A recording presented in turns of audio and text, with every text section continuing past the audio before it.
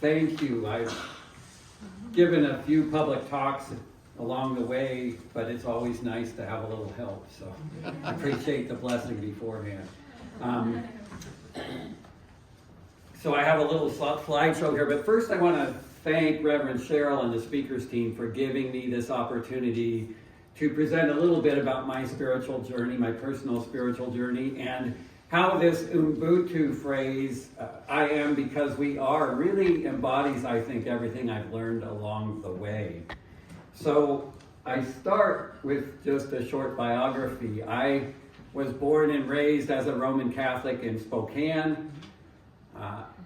Grew up in elementary school in the parish school, and then went on to the Jesuit high school, Gonzaga Prep, which is an all-boys school until my senior year when we merged with the two all-girls schools in town. So I became one of the first folks to graduate from a co-ed class at Gonzaga.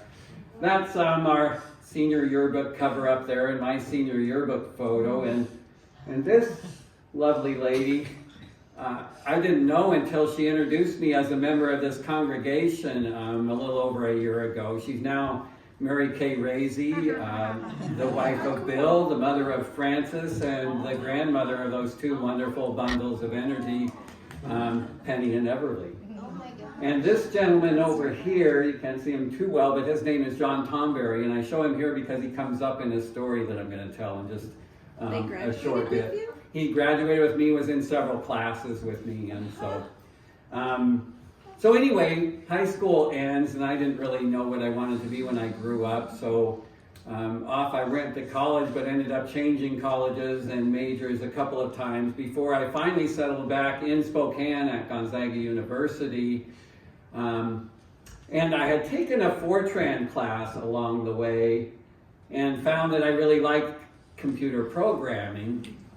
And so I settled on math and computers as my major fields of study. And one of the first classes I took at Gonzaga University was from the head of their data processing department. It was a COBOL language class. COBOL stands for Common Business Oriented Language, and it was the language that a lot of software was written in those days. And he soon offered me a job because they were moving off of this IBM older machine up here, that architecture, and onto this newer HP 3000 platform down here. And so I took that job and I finished school part-time while I worked full-time. And that experience gave me it gave me a lot of experience with the forms, reporting, and database development software that ran on these HP 3000 machines. And so that eventually led to my first long-term career as a software and sales support technical representative for the Hewlett-Packard Company.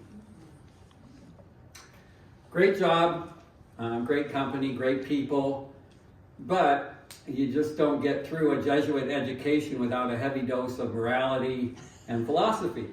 And as the 1980s wore on, I just found myself having more and more of an internal struggle between these corporate objectives over here, of which profit and growth were high on the list, and this thing that Plato and Aristotle called the common good.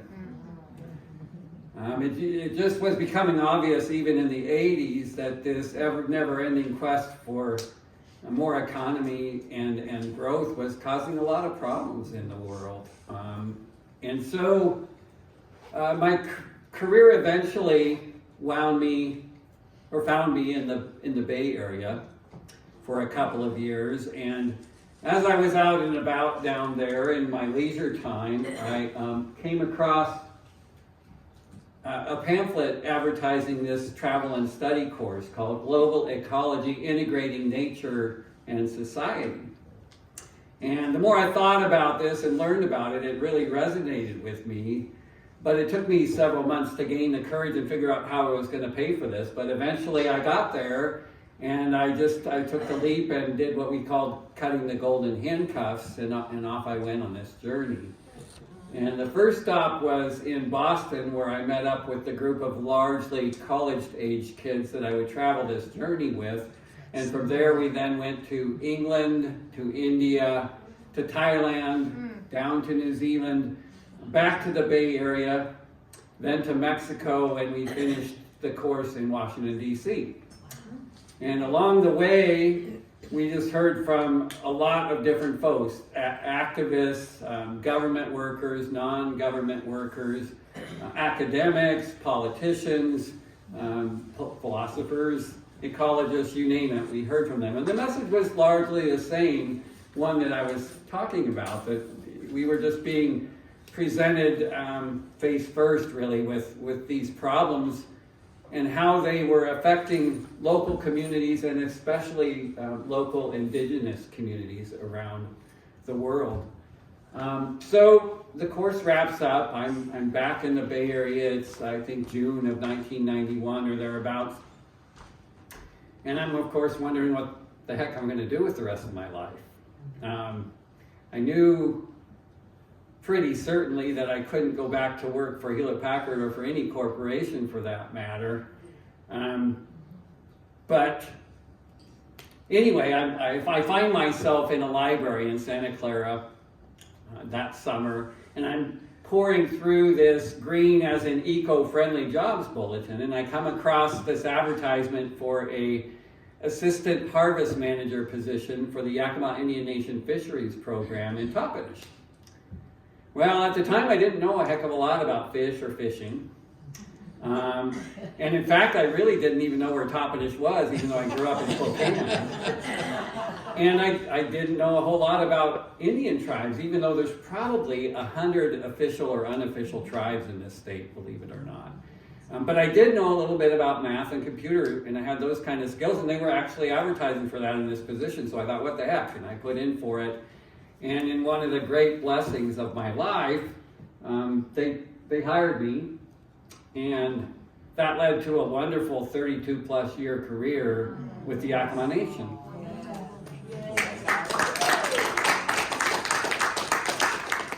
And I got to meet just a wealth of wonderful people, including many of these wise leaders and elders of the Yakima Nation.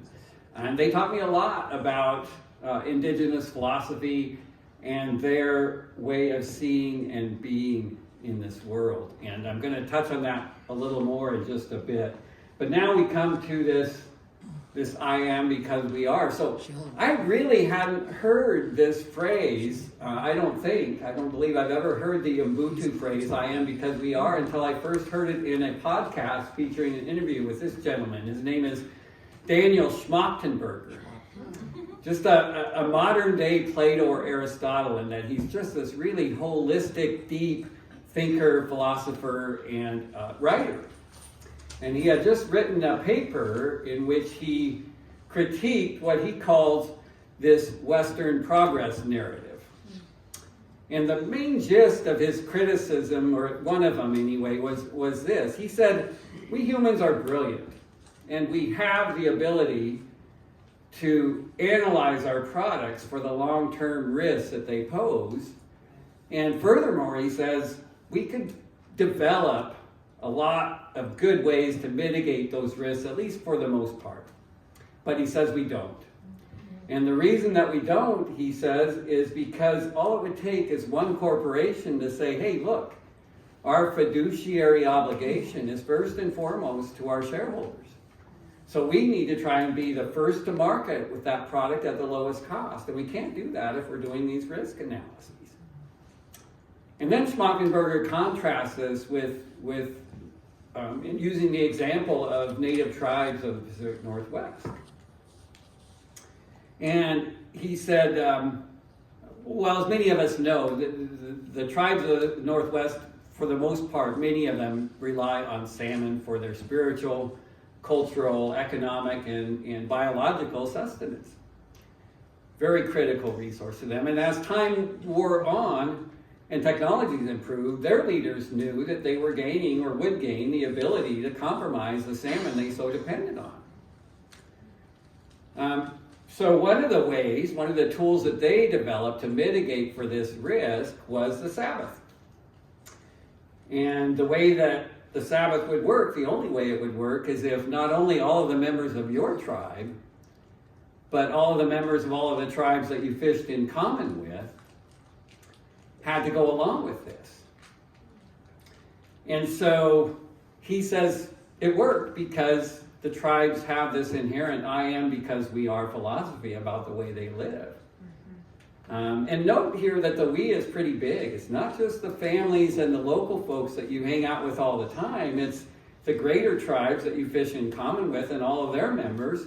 And even more, it extends to the salmon and to the habitats that the salmon depend on.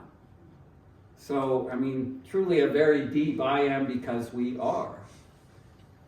So my next encounter where it made me think about this philosophy was listening to our favorite local arborist, Sean Tate. I missed his talk here at Unity, but I saw in a newsletter or whatever that he was giving a talk out at the West Valley Community Library on the intelligence of trees. I think this was this past December or January, and I went out and heard that talk. And one of the slides he used was a slide like this of a forest canopy cover. His slide had more species and size diversity in it. But when he presented this slide, the story he told was this. He said, okay, you can see in the canopy like this, there isn't a whole lot of light reaching the younger, shorter trees in this canopy. And he said they did a study where they found that these younger, shorter trees could actually send messages, could communicate with the taller trees, saying, hey, we're not getting enough light down here. Do you think you could help us out? And then he said they found, furthermore, that sure enough, those taller trees would reconfigure themselves in a way that would allow more light to get down to those lower trees in the canopy. So this made me think, boy, I am because we are. I mean, and again, it's a pretty big we, because not only is it one single species of trees that are able to do this, but it's across species. And because all of their roots are connected down in the earth below, it extends into the soil biota and probably to the entire forest ecosystem. So a pretty big I am because we are. And next, I'm a big fan of Humanities of Washington, and I get their newsletter again this winter, and sure enough, it's advertising an African woman that's going to speak on Ubuntu. So I signed up for that talk. And now I'm just going to read you a little bit about this woman who gave the talk and about this philosophy. Itoan Idumwani was in her first year as a professor of religious studies at Gonzaga University when COVID stopped everything. While 2020 was hard on everybody, it presented particular difficulties for Idumwani and her two children. Since they were new to the area, no one, she thought, would come knocking on their door to see if her family was okay, until someone did. One of her children's math teachers from Gonzaga Prep, John Tomberry, knocked, introducing himself. I'm here to welcome you and support your son, he said, and he meant it. Though he lived across town, he picked up her son every morning to bring him to school, since driving her son to and from school conflicted with Idumwani's teaching at the university. This teacher, who Idumwani calls the face of humanity, gave her inspiration during a time when it was sorely needed. In a city far from her birthplace, she found a warmth of human feeling that felt very familiar to her. Mr. Tomberry had extended a generosity that made her feel human. Though he would not use the word, he practiced what Idumwani calls Ubuntu. I am because we are, community. So next I want to circle back to the indigenous view that I was talking about earlier. So many of us are familiar with phrases like everything is connected or the web of life. On our journey, I think I first heard this phrase, Mitikuye Oyasin, which roughly translates as all my relations. And in 2015, I was at a national fisheries conference in Spokane, and a leader of the Spokane tribe there talked about this native philosopher by the name of V.F. Cordova. She earned her PhD in Western philosophy and then began to teach indigenous philosophy at the university level. And she wrote this book, and I'm going to just read an excerpt from it because it really summarizes these indigenous views pretty well. Human beings are part of a whole that is greater than the individual. A human is not something apart from the earth. He is a natural part of the earth. A human is first and foremost a herd being. The individual has value because of his uniqueness and because of the potential gifts he brings to the group, but the group is preeminent. The sense of we dominates the sense of the I. Human beings are not alone in having intelligence. Wisdom or intelligence consists of being able to see how our actions and their consequences affect the greater whole. Not just the group, but also the world around them. Humans fit in this world because they are products of it. Humans are not superior to other life forms, they are simply different. Humans are one among many others, and all are equal in the sense that they all depend on some very specific conditions of the planet Earth in order to survive. All of the diversity together forms a complete whole that is what the Earth is. Humans are an integral part of the whole. Knowledge and wisdom consist in learning about what the human role might be and acting so that one's actions become a balanced part of an essentially harmonious whole. Humans, as part of a greater whole, become part of an ever-changing and ongoing process that is the universe in process of being. We have the capacity to change the course of that whole for good or evil through our actions. And then I want to close by just tying in a few other parts of my spiritual journey into this message. So in about 2012, I think I started attending the Bodhi Center downtown. And in fact, that's where I met Marilyn Holloway and Helga and several other wonderful people. And a fundamental principle in Buddhism is this idea of interdependence. And in fact, a lot of Buddhists will spend a lot of time meditating on the fact that there is no such thing as inherent existence because everything is so connected to everything else. And so dependent on it for its very existence. Ultimately, there is nothing and no one with whom we are not connected. The Buddha coined the term interdependence to describe the profound state of connectedness. Interdependence is the nature of reality. So it sure sounds a lot like I am because we are. And then finally, yoga has also been a part of my life for the last, dozen or more years.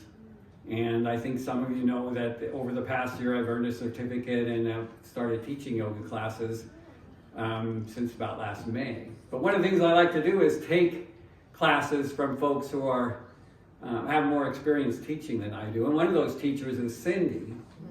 And if any of you have ever taken a class from Cindy, you know that she frequently likes to start her class by asking the question, what is yoga? And that leads to a discussion about how it comes from the root word yoke, meaning to bind or to connect. And what are we connecting? Well, we're trying to connect mind, body, and spirit. But more than that, we're trying to connect with the universe, with the infinite, with the divine. And this is actually a quote from Schmachtenberger here. I am because we are for a we that reaches up to the stars. So, let's see, that brings me to the end. And I just wanted to, before I conclude, I wanted to add this note that I think one of the most wonderful things about this church is hearing from different folks each week. And I think everybody has something to say. And I know it seems a little scary standing up here, but if anybody's got some insights that they're just dying to share, I just would encourage you to give it a shot, because our Reverend, as we know, is going to go on sabbatical for a few months, and so I'm sure the speakers team would appreciate having another speaker or two. So anyway, I wanted to put that plug in. Way to go, Bill. But now I wanna close. We're gonna do the blessing. I'm gonna try and lead that. But what we're gonna do, I invite everybody to stand, and we're just gonna stand in a yoga pose called Tadasana.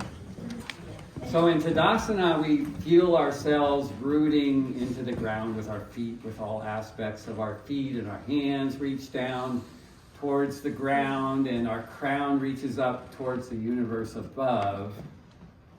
And we just take a few breaths here. And as we do, I want us to think about this big, broad, universal we. So let's start with just the big we that's in this room. And from there, let's think about all of our family and our friends and our relations around the world, wherever they might be. And now, let's think about their friends and their family and their relations, wherever they might be in the world. And by now, if we think of ourselves as a collective, I'm pretty certain we've covered a big part of the planet with this big we. Now I'm going to borrow a phrase or a concept that Rob likes to use in his meditations. I want everybody to think about every strand of their hair reaching up and connecting to a different star up there. Okay, and now we're going to inhale our hands up towards the sky.